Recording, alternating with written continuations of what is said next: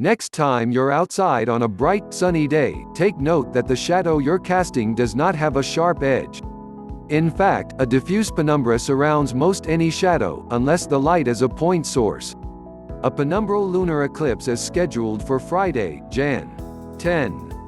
No part of the moon enters Earth's much darker umbra, as happens during a partial or total lunar eclipse. But on Jan 10 to 11, depending on your location, just about the best penumbral eclipse possible will occur. The lower portion of the moon will track deep into the Earth's outer shadow, and the natural satellite's southern limb will miss the Earth's umbra by only about 225 miles (360 kilometers), or nearly 10% of the moon's diameter.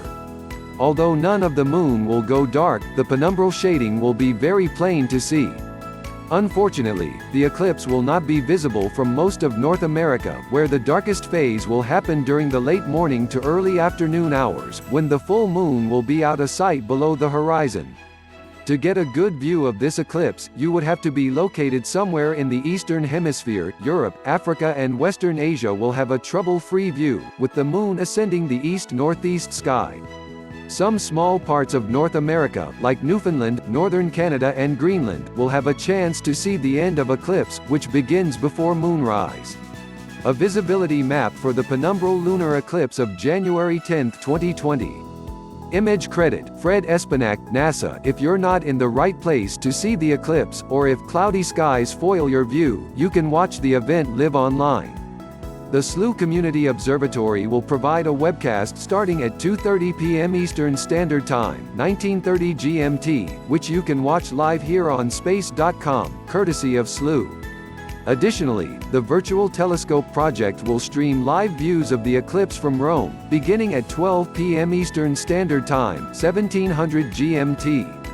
A shady little drama. The outer part of Earth's penumbra, like the outer part of any penumbra, is so weak that it's difficult to spot from a great distance, such as when it's on the moon's surface. Even the sharpest of eyes will fail to detect anything happening until the moon's edge is at least halfway across the penumbra. For this event, that means about 65 minutes before mid-eclipse, which will come at 12:10 p.m. Eastern Standard Time, or 1910 GMT. Shading will begin on the left side of the moon. For some minutes around the time of mid-eclipse, the lower part of the moon will appear noticeably smudged or soiled. The lopsidedness of the moon's illumination will be obvious. Compared to the Earth's umbra, which appears much darker and with a sharper edge, the penumbra appears more as a diffuse shading on the lunar disk. But that shading will become ever more sharply concentrated toward the southern limb. After mid-eclipse, the process reverses.